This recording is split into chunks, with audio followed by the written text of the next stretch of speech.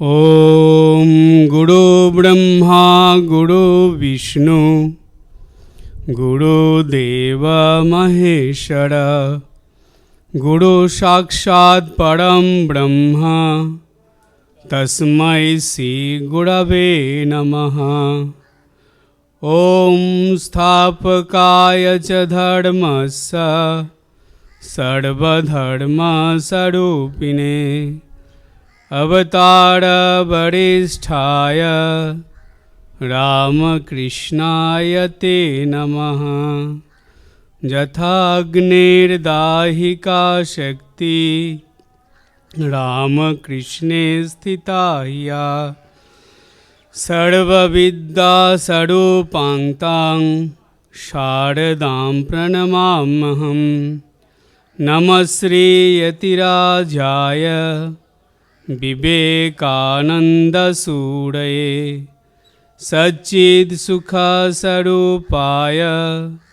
स्वामिने तापहारिणे। সবার প্রথমে ঠাকুর মা স্বামীজির চরণে আভূমি লুণ্ঠিত প্রণাম জানাই, গুরুদেবের চরণে ভূ লুণ্ঠিত প্রণাম জানাই। এখানে উপস্থিত সকল ভক্তদেরকে আমার ভক্তিপূর্ণ নমস্কার। আজ এইখানে অর্থাৎ এই বাৎসরিক উৎসবে এসে একটা জিনিস খুব ভালো লাগলো, সেটা হলো যে গঙ্গার ধারে পবিত্র স্থানে মায়ের যে আরাধনা সকাল থেকে শুরু হয়েছে, সেই মায়ের চিন্তায়, মায়ের আরাধনায়, মাতৃ নামে এখানে আপনারা সবাই একত্রিত। তাই মায়ের চিন্তাভাবনা নিয়েই আজকে ঘরে ফেরা হবে। তো আমি এসে যখন দেখলাম এইখানে প্রসাদ পাওয়া হয়নি সবার, সেজন্য আমার ব্যস্ততা থাকলেও একটু বসলাম যাতে আপনাদের সবার প্রসাদ পাওয়া হয়। না হলে, কারণ আমি তো প্রসাদ পেয়ে এসেছি, তো কষ্ট লাগতো মনে যে মায়েরা সব না খেয়ে আছে আর ছেলে খেয়ে নিল। যাই হোক, আপনারাও খেলেন। তো এখন একটুখানি সময় নিচ্ছি, দুটো মায়ের কথা শুনে আমরা সবাই মাতৃ নামে বা মায়ের চিন্তায় মন ভরিয়ে এখান থেকে ফিরব। তো আজকে একটা পবিত্র দিন, 24শে ডিসেম্বর। রামকৃষ্ণ মঠ মিশনের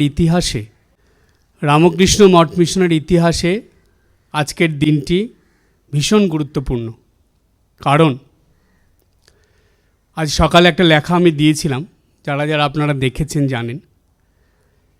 আজকের দিনে এই রামকৃষ্ণ মঠ মিশন স্থাপন এবং তার দ্বারা সারা পৃথিবীতে ঠাকুরের ভাব ছড়িয়ে দেওয়ার সংকল্প সহিত প্রতিজ্ঞা করেছিলেন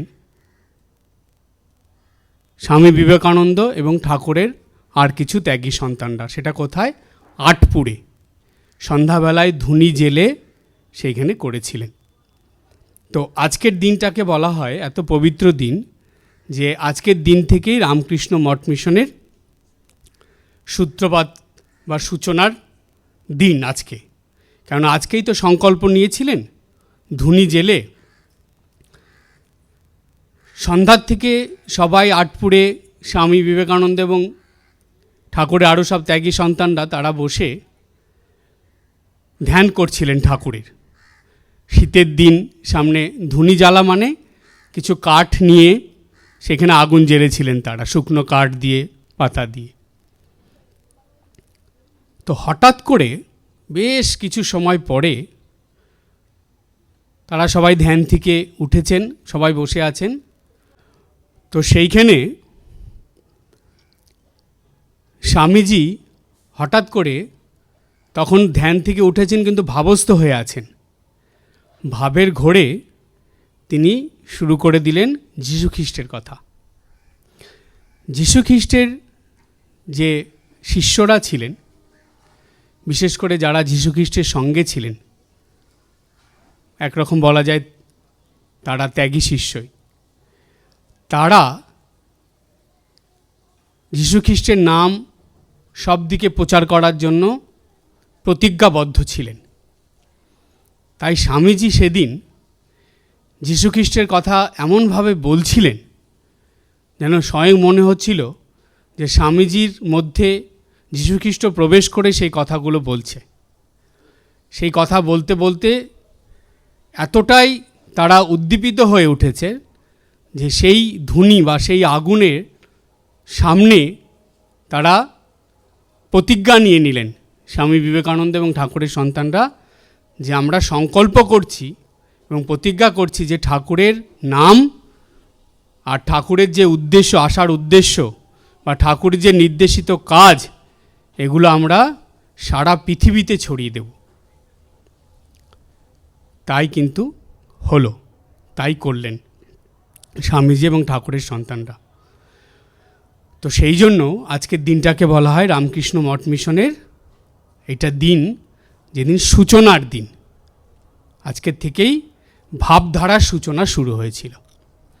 তো আজকের দিনে প্রত্যেকটা রামকৃষ্ণ মঠ মিশনের ভক্তদেরই একটা সংকল্প নিতে হবে। কি সংকল্প?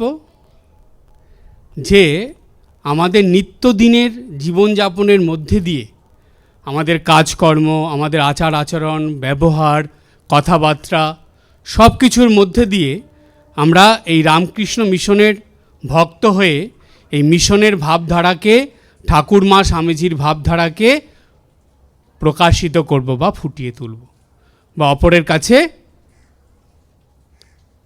তুলে ধরার চেষ্টা করব। সেটা কিভাবে? যে সেটা আমাদের জীবনযাপনের মধ্যে দিয়ে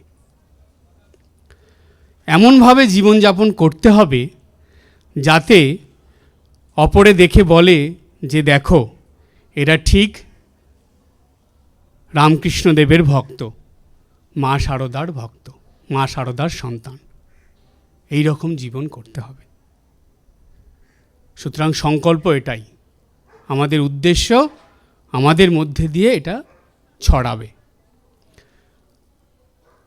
আগেকার দিনে বলা হতো গৃহস্থ আশ্রম, একসঙ্গে গৃহস্থ আশ্রম, অর্থাৎ একটা গৃহকে আশ্রমে পরিণত করা। কিভাবে হতো সেটা? ওই গৃহের সবাই ভগবানের ভক্ত।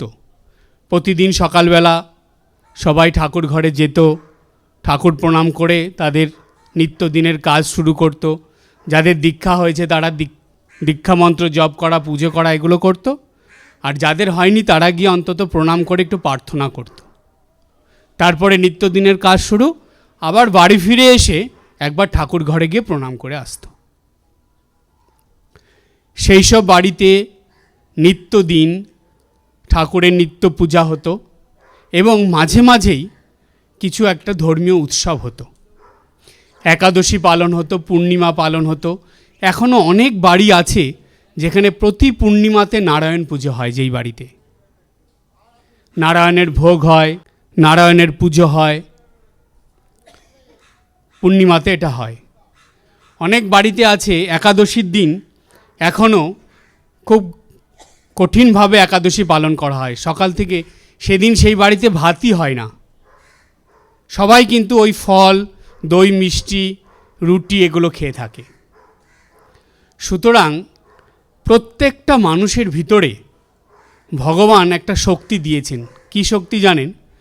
সেটা হলো মানুষ নিজের ওই শক্তির দ্বারা নিজের ভিতরের সংস্কারগুলোকে, ভালো গুণগুলোকে জাগিয়ে তুলতে পারে এবং সেটা তার নিত্যদিনের জীবনে অ্যাপ্লাই করতে পারে।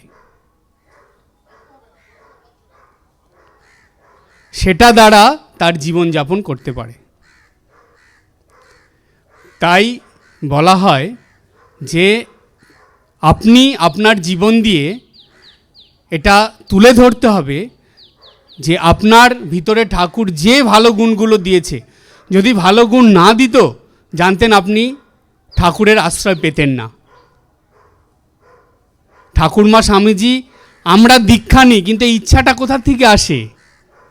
তারা আমাদের কাছে টেনে নেয়। জানবেন আমরা সব সময় ভগবানের কাছে কৃতজ্ঞ। তার কারণ তার ইচ্ছা না হলে কখনো আমরা তার কাছে গিয়ে পৌঁছাতে পারবো না, তার নাম করতে পারবো না, তার সাধনা আরাধনা করতে পারবো না। মনে আছে হনুমানের সঙ্গে যখন লবকুশের যুদ্ধ হয়েছিল, হনুমান জানতে পেরে যে এত বীর সন্তান কার, জানতে পেরে যখন দেখলেন প্রভু রামচন্দ্রের সন্তান, তখন হনুমান ইচ্ছা করে তাদের কাছে বাধা পড়ে গেলেন, যুদ্ধ করলেন না। লবকুশের খুব আনন্দ, হনুমান এত বড় বীর, সে বাধা পড়ে গেল, যুদ্ধ করতে পেরে উঠল না। তখন হনুমান, ওইখানে একটা কথা আছে, তুলসীদাস লিখছেন যে হনুমানের তখন মনে আসছে যে ওরে কুশি লব করিস কি গৌরব, ধরা না দিলে পরে পারিস কি ধরিতে। এই কথাটা আমাদের প্রত্যেকের জীবনের জন্য। ঠাকুর মা, আমাদের গুরুদেব আমাদের কাছে যদি ধরা না দিতেন, আমরা কোনোদিন তাদের আশ্রয় পেতাম না। সুতরাং সব সময় তাদের কাছে কৃতজ্ঞ থাকতে হবে যে তারা আমাকে বা আমাদেরকে তাদের কাছে স্থান দিয়েছেন। এই জন্য জানবেন, যেদিন থেকে আপনি ঠাকুরের নাম নিয়েছেন, যেদিন থেকে ঠাকুর মাকে প্রণাম করছেন, তাদের কাছে প্রার্থনা করছেন, যেদিন থেকে নিত্য পূজা করছেন, জানবেন আপনার স্থান বৈকুণ্ঠ ধামে বলুন, রামকৃষ্ণ লোকে বলুন বা সারদা লোকে পাকা হয়ে আছে। আপনি সেইখানেই গিয়ে পৌঁছাবেন, কিন্তু সেই বিশ্বাসটা রেখে চলতে হবে। তুলসীদাস বলতেন, হরি সে লাগে রহো ভাই, বানাত বানাত বন যাই। ভগবানের সঙ্গে নিত্যদিন নিজেকে যুক্ত রাখুন, কানেক্ট করুন। বর্তমান সময়ে মানুষ মোবাইলের সঙ্গে নিজেকে সব সময় কানেক্ট করে রাখে। একটুখানি ভাববেন তো, ভগবানের সঙ্গে কতক্ষণ কানেক্ট করে রাখেন? এটিএম কার্ডের সঙ্গে কানেক্ট করে আছে, মার্কেটিংয়ের সঙ্গে কানেক্ট করে আছে, মোবাইলের সঙ্গে কানেক্ট করে আছে, ল্যাপটপের সঙ্গে, কিন্তু ভগবানের সঙ্গে কতক্ষণ কানেক্টেড? সকালবেলা একটু সময়, আর দিনের শেষে কোনো দিন সন্ধ্যাবেলা সময় হলে হলো, না হলে সময় না পেলে রাত্রেবেলা একটুখানি প্রণাম করে শুয়ে পড়লাম। 24 ঘন্টার মধ্যে মাত্র 1 ঘন্টা সকাল সন্ধ্যা মিলিয়ে। বাহ! যাকে দিয়ে চক্ষুদান তারই করি অপমান। যার জন্য এই জীবন পেয়েছি আমরা, এই মনুষ্য জীবন, তিনি কৃপা করেন বলেই তো আমরা এটা পেয়েছি। না হলে তো তিনি চাইলে অন্য যে কোনো জন্ম দিতে পারতেন। অতি পুণ্য ফলেই মনুষ্য জন্ম পাওয়া যায়, সেটা ভগবানের কৃপার দান। ভগবান কৃপা করে আমাকে এই মনুষ্য জন্ম দিয়ে পাঠিয়েছেন। কেন? তার কারণ তিনি চান যে আমরা যাতে সর্বশ্রেষ্ঠ জীব হয়ে এমন জীবন যাপন করব, আমাদের মধ্যে দিয়ে অপরেরা ভগবানের যে অস্তিত্ব, ভগবানের যে কৃপা, ভগবানের যে কর্ম, সেটা বুঝতে পারবে। সেই জন্যই দেখুন ঠাকুরমা স্বামীজি আমাদের জীবনযাপনের জন্য একটা নতুন যোগ দিয়ে গেলেন, যেই যোগটাকে বলা হলো সেবা যোগ। তাহলে জীবনটা কেমন হবে? জীবনটা সেবার দ্বারা চালিত হবে। ভগবান মানুষের মধ্যে এই শক্তিটা দিয়েছে যে আপনি যে কোনো কাজকে সেবায় পরিণত করতে পারেন। আর যখনই আপনি ছোট বড় সব কাজকে সেবায় পরিণত করতে পারবেন, তখনই জানবেন আপনার সেই কাজটা ভগবানের সঙ্গে যুক্ত হয়ে গেল। গীতাতে ভগবান যত কথা বললেন, তার মধ্যে কি আছে? প্রত্যেকটা অধ্যায়ের শুরুতেই দেখবেন একটা করে যোগ কথা আছে, আছে না? ভক্তি যোগ, জ্ঞান যোগ, কর্মযোগ, আছে কি না? তো এই যে যোগ কথাগুলো আমাদের কি হয়, মাঝে মাঝে যারা গীতা প্রতিদিন পড়েন, মনে নিশ্চয়ই একবার আসে বা মনে হওয়া উচিত যে আচ্ছা, ভগবান শুধু তো অধ্যায়গুলোর নাম বলতে পারতেন, কিন্তু প্রত্যেকটা অধ্যায়ের সঙ্গে যোগ কথাটা কেন দিয়েছেন? এটার একটা গভীর অর্থ আছে। সেটা কি জানেন? ভগবান ওই যোগ কথার মধ্যে দিয়ে নির্দেশ দিয়েছেন যে আপনি সকাল ঘুম থেকে ওঠার পর থেকে রাত্রে ঘুমানোর আগে পর্যন্ত যাই করবেন, প্রত্যেকটা কাজ, প্রত্যেকটা চিন্তাভাবনা, প্রত্যেকটা আচার ব্যবহার আপনাকে ভগবানের সঙ্গে যুক্ত করে রাখবে, ভগবানের সঙ্গে যুক্ত করে দেবে। এটা আপনি বলবেন মহারাজ এটা কি করে সম্ভব, এটা তো কঠিন কাজ, এটা সম্ভব নাকি? তাই এক কথা এর উত্তর, সম্ভব। আর সেটা দেখিয়ে গেছেন শ্রীমা সারদা দেবী, সেটা দেখিয়ে গেছেন যোগিন মা, সেটা দেখিয়ে গেছেন গোলাপ মা। একটা বই আছে শ্রীমা সারদা দেবী ও সপ্ত সাধিকা, বইটা খুব ভালো করে পড়বেন একবার, স্বামী তেজসানন্দজি মহারাজের লেখা। ওই বইটার মধ্যে যদি ওই সপ্ত সাধিকার জীবনগুলো আপনারা খুব ভালো করে পড়েন, দেখবেন ওর থেকে শিক্ষা অনেকগুলো আছে। তার মধ্যে একটা শিক্ষা পাই আমরা, সেটা কি, যে কিভাবে প্রত্যেকটা কাজকে ভগবানের সঙ্গে যুক্ত করে দেওয়া যায়। মায়ের জীবনেও তাই পেয়েছি আমরা, গোলাপ মা, যোগিন মা, সবার জীবনেই পেয়েছি। আর যখনই আপনি ছোট বড় সব কাজকে ভগবানের সঙ্গে যুক্ত করে দিতে পারবেন, জানবেন তখনই আপনি প্রকৃত সুখ শান্তি আনন্দ পাবেন। কারণ ভগবানের আর এক নাম হলো সচ্চিদানন্দ। ঠাকুর বলছেন কথামৃতে আছে, এই সচ্চিদানন্দ মানে কি, সৎ, চিৎ আর আনন্দ। এই সচ্চিৎ আনন্দ দেখেই তিনি সচ্চিদানন্দ।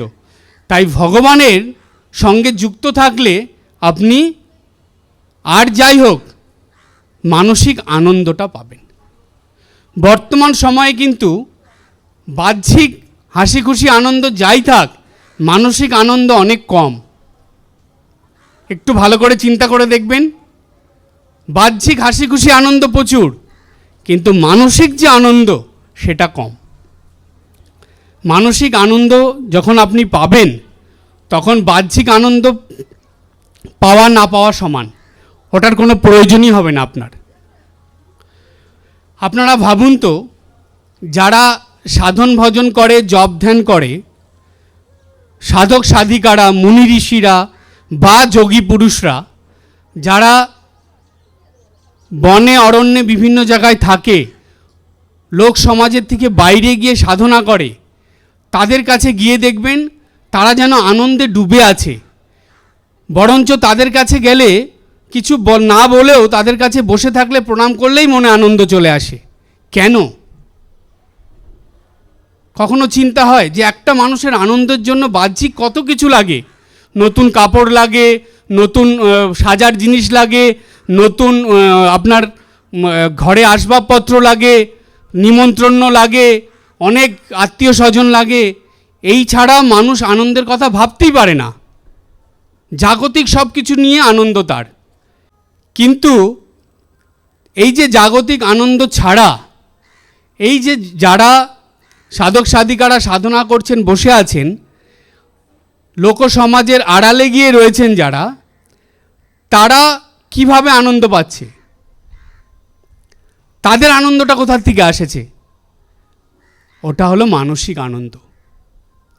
তারা নিজেদের এমনভাবে ঈশ্বরের সঙ্গে যুক্ত রাখছে যে তাদের আর বাহ্যিক কোনো আনন্দের দরকারই হচ্ছে না। তাই জানবেন, আপনারা বলবেন মহারাজ এটা কি আমাদের দ্বারা সম্ভব? সম্ভব। তখনই সম্ভব যেদিন থেকে আপনি গুরুবাক্য পালন করাকে ফার্স্ট প্রায়োরিটি দেবেন, যেদিন থেকে আপনি ভোরবেলা ঘুম থেকে উঠে ঠাকুর ঘর যাওয়াকে ফার্স্ট প্রায়োরিটি দেবেন, যেদিন থেকে আপনি গুরুমন্ত্র জপ করাকে ফার্স্ট প্রায়োরিটি দেবেন, এবং যেদিন থেকে আপনি এই ধর্মীয় ভাব নিয়ে দৈনন্দিন জীবনযাপন করাকে ফার্স্ট প্রায়োরিটি দেবেন, সেদিন থেকেই এটা সম্ভব। যতদিন জাগতিক জিনিসকে বেশি গুরুত্ব দেবেন, ততদিন এটা সম্ভব নয়। তাই বলা হয় দীক্ষা মানে নতুন জন্ম। নতুন জন্ম কিসের নতুন জন্ম? নতুন জন্ম হলো আপনি এতদিন যেই পথ ধরে চলছিলেন, জাগতিক পথ, সেই পথটাকে সরিয়ে রেখে, অর্থাৎ সেই পথ থেকে কিছুটা সরে গিয়ে একটা নতুন পথে আপনার যাত্রা শুরু। সেজন্যই নতুন জন্ম। অর্থাৎ আপনি নতুন পথের যাত্রী হলেন, আর সেই পথের পথপ্রদর্শক হলো আপনার গুরুদেব। সুতরাং ওই পথে চলতে হবে আপনাকে, এটাই হলো প্রধান কথা। কিন্তু আপনি যদি ওই পথ থেকে সরে এসে দীক্ষার আগে যেমন ছিলেন দীক্ষার পরে একই রকম থেকে যান, তাহলে তার আর কোনো গুরুত্ব থাকলো না। দীক্ষা নেওয়া না নেওয়া সমান হয়ে গেল। সেই জন্য দীক্ষা নেওয়া মানেই জীবন পরিবর্তন হতেই হবে। যদি না হয় জানবেন সেটা আপনারই জীবন পথের কিছু ভুল হচ্ছে, আপনি ঠিকভাবে জীবন পথে এগোচ্ছেন না। তাই শ্রীমা সারদা দেবী আমাদের জীবনকে এতটাই সহজ করে দিয়ে গেছেন, বিশেষ করে মায়েদের জীবনকে, যে তারা নিত্যদিনের জীবন কিভাবে যাপন করবে সেটাই মা নিজের জীবন দিয়ে দেখিয়ে দিয়ে গেছেন। শুধু বলেননি মুখে, নিজের জীবন দিয়ে দেখিয়ে দিলেন যে দেখো তোমাদের এইভাবে চলতে হবে, তোমরা এইভাবে চলো। ছোটবেলায় মায়ের সঙ্গে যখন চলেছেন তখন তো নিশ্চিন্তে চলেছেন। কি ছিল মনে সব সময়? যে না, আমার সঙ্গে মা আছে, আমার আর কোনো চিন্তা নেই। মা সঙ্গে থাকা মানে সব কিছুর থেকে নিশ্চিন্ত। দুশ্চিন্তা যে আসবে না তা নয়, ভয় যে আসবে না তা নয়, জীবন পথে বাধা অসুবিধা সমস্যা যে আসবে না তাও নয়, সব আসবে। কিন্তু তারপরেও এইসব জেনেও আমাদের জন্ম জন্মান্তরের মা বলে দিলেন যে জানবে আর কেউ না থাক, তোমার একজন মা আছেন। এটা ভাবা, আমরা কথার কথা শুনিও ঠিক মা তো বলেছেন, নয়, এটা মন্ত্র। এটাকে মনের মধ্যে বসিয়ে নিতে হবে যে আমার সঙ্গে আমার মা আছেন। ঠাকুর বললেন ভাবলে ভাবের উদয় হয়, যেমন ভাব তেমন লাভ। ভাবতে হবে ক্রমাগত। একটা কথা আপনাকে বলি, মনোবিদ্যার কথা। এটা স্বামীজিও বলেছেন, স্বামীজির কথার মধ্যে আছে, আজকে ছোটোর থেকে এই পর্যন্ত আপনি যা যা পেয়েছেন, যে জায়গায় জীবনকে উন্নত করে নিয়েছেন, যে জায়গায় গিয়ে পৌঁছেছেন, এগুলো সব আপনার মনের চিন্তা ভাবনার দ্বারা এসেছে। আজকে আপনি যেমন বা যেইখানে এসেছেন দেখবেন এগুলো আপনার মনের ভিতরে চিন্তা ভাবনার মধ্যে ছিল। যেটাকে খুব গুরুত্ব দিয়ে ভেবেছেন, সব সময় চিন্তা করেছেন, ওইটা নিয়ে জীবন পথে এগিয়ে চলেছেন, আলটিমেটলি সেটা গিয়ে আপনি লাভ করে নিতে পেরেছেন। এই যে মনের ভাবনাটা, সাইকোলজি বলছে মনের ভীষণ শক্তি। মনের শক্তিটাকে কাজে লাগাতে হবে। আপনি যত দৃঢ়ভাবে গভীরভাবে ভাববেন, জানবেন ওই ভাবনাটাই আপনার জীবনকে সেই জায়গায় নিয়ে চলে যাবে।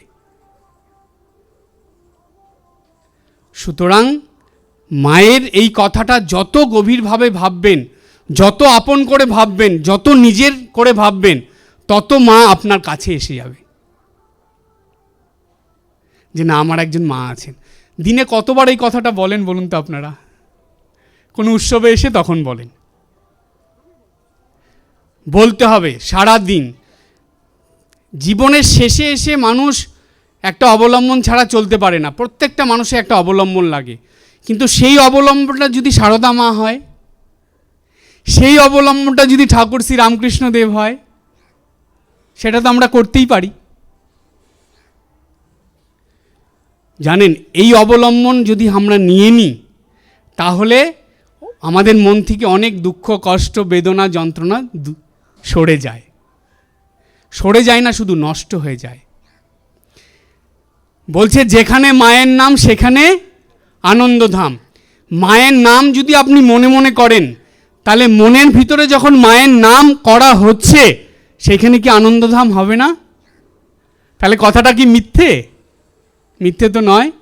যদি না হয়, জানবেন আপনি লোক দেখানো মায়ের নাম করছেন, নিজের মনের ভিতরে করছেন না। সেটা করুন। যেখানে মায়ের নাম সেখানে আনন্দধাম। এটাকে আনন্দধামে তৈরি করুন। দেখুন যে এইখানে যদি আনন্দধাম হয়, আপনার সেই আনন্দ আপনি ভিতরে চাপিয়ে রাখতে পারবেন না, সেটা বাইরে প্রকাশিত হয়ে পড়বে। আপনার কাছে যে আসবে সে তখন পরনিন্দা পরচর্চা করবে না, সে তখন আনন্দিত হয়ে আনন্দের কথা বলবে। ঠাকুর এই বুদ্ধি অ্যাপ্লাই করতেন। ঠাকুরের কাছে মানুষ এসে পরনিন্দা পরচর্চা করতে পারতো না। কেন? ঠাকুর তাকে দেখে এমন কথা টথা বলে তার মনের ভাব এত পরিবর্তন করে দিতেন, এমন আনন্দিত করে দিতেন, সে তখন আনন্দের কথা বলতো।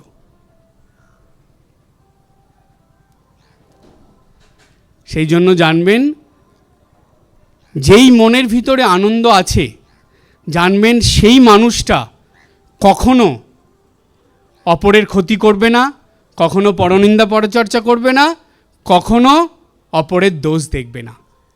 সে নিজের আনন্দে বিভোর থাকবে এবং ওই আনন্দ অপরকেও সে দেবে। যাদের মধ্যে এটা থাকে না তারাই ঠিক এর উল্টোটা করে। সেই জন্য এই আনন্দ লাভের সবথেকে সহজ উপায় হলো আনন্দময়ী মা। আমাদের আনন্দময়ী সারদা মা, তাকে ধরবেন, দেখবেন মায়ের নাম, মায়ের কথা ভাবা, মাকে নিয়ে চলা, দেখবেন আনন্দই আনন্দ। তাই আমাদের আজকের দিনে সংকল্প নিতে হবে, যেই সংকল্পের কথা বললাম আমি প্রথমে, আজকের দিনে সংকল্প নিতে হবে যে আমাদের জীবনে যেমন পরিস্থিতি আসুক না কেন, যত কঠিন পরিস্থিতি আসুক আর যত ভালো পরিস্থিতি আসুক, আমরা সব পরিস্থিতিতেই মাকে ধরে থাকব। এই সংকল্পটা আমরা আজকে নেব। দেখুন, জন্ম নিলে তাকে এই দুঃখ কষ্ট যন্ত্রণার মধ্যে দিয়েই জীবনযাপন করতে হবে। গঙ্গা নদীর ধারে আপনি বসে থাকবেন, গঙ্গার জল তো পবিত্র, তাই তো আমরা সবাই জানি। এই গঙ্গার মধ্যে দিয়ে কত কিছু ভেসে যায়, যায় না? জোয়ারে আসে, ভাটায় চলে যায়, দেখতে পাই আমরা। গঙ্গা কি অপবিত্র হয়? হয় না, গঙ্গা পবিত্রই থাকে। সুতরাং আমরা মাকে ধরে যদি চলি, আমাদের জীবনে অনেক এরকম আসবে যাবে, কিন্তু তারা আমাদেরকে মায়ের থেকে সরিয়ে দিতে পারবে না। আমাদেরকে দুঃখ কষ্ট যন্ত্রণা আঘাত দিয়ে মায়ের নাম করার থেকে বঞ্চিত করে দিতে পারবে না। আর এগুলো তখন কি হবে জানেন? আপনার জীবনে এই দুঃখ কষ্টগুলো জোয়ার ভাটার মতন হয়ে যাবে, আসবে চলে যাবে, দাঁড়াবে না আপনার মনে। গঙ্গা এগুলো দাঁড়ায়? দাঁড়ায় তো না। ঠিক যেই মনের ভিতরে মায়ের নাম থাকবে, সেই মনের ভিতরে দুঃখ কষ্ট আঘাত যন্ত্রণা বেদনা এগুলো কিছু দাঁড়াবে না, জানবেন চলে যাবে। একটা ছোট্ট গল্প বলে শেষ করি আজকের প্রসঙ্গ। খুব শিক্ষণীয় গল্প, মন দিয়ে শুনবেন।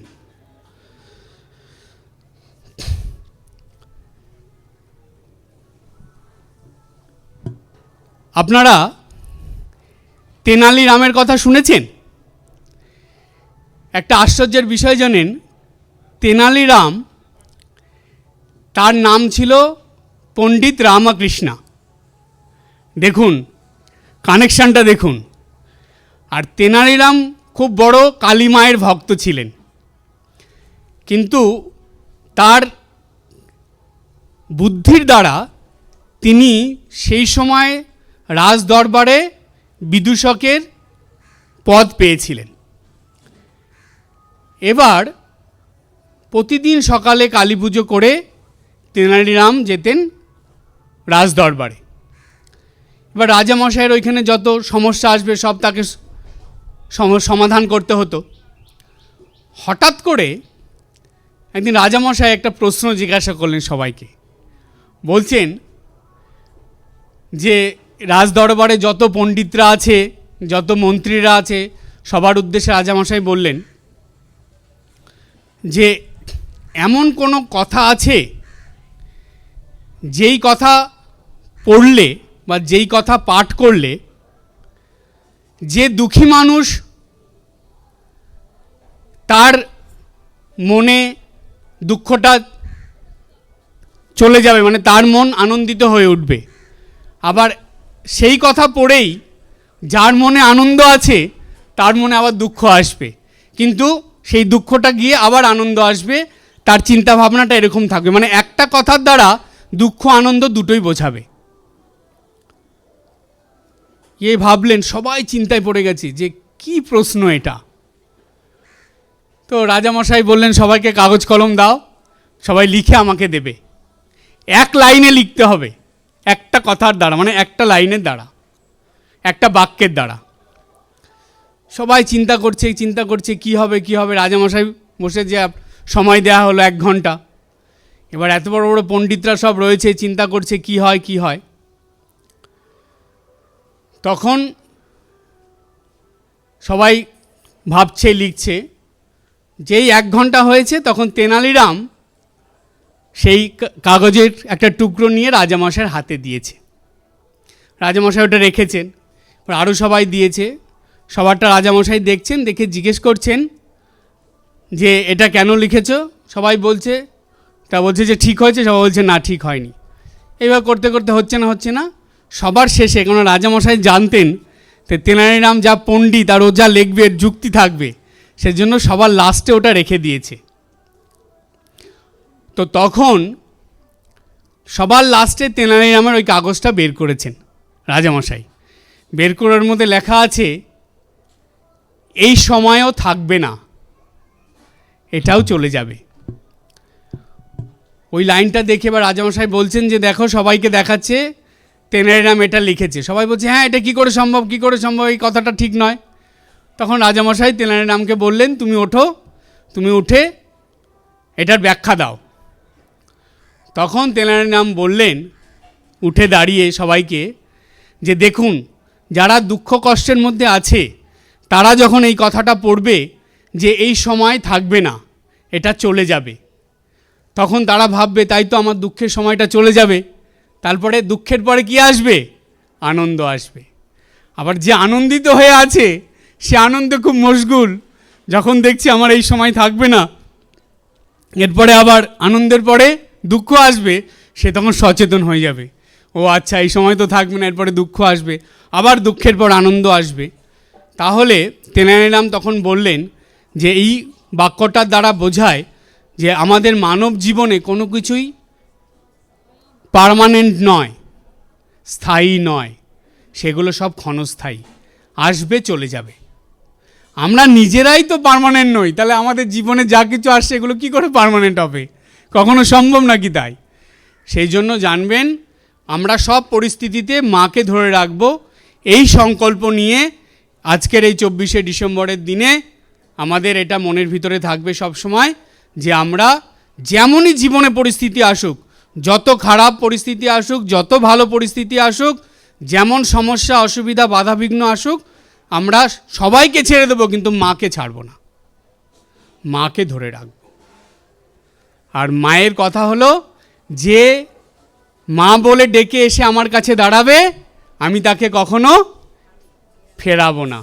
ঠাকুরের কথা পর্যন্ত মা শোনেননি, স্বয়ং ভগবান অবতার, তার কথাও মা শুনলেন না, বললেন না, আমাকে মা বলে এসে ডেকে যে দাঁড়াবে আমি তাকে কখনো ফেরাতে পারবো না। করেননি সেটা।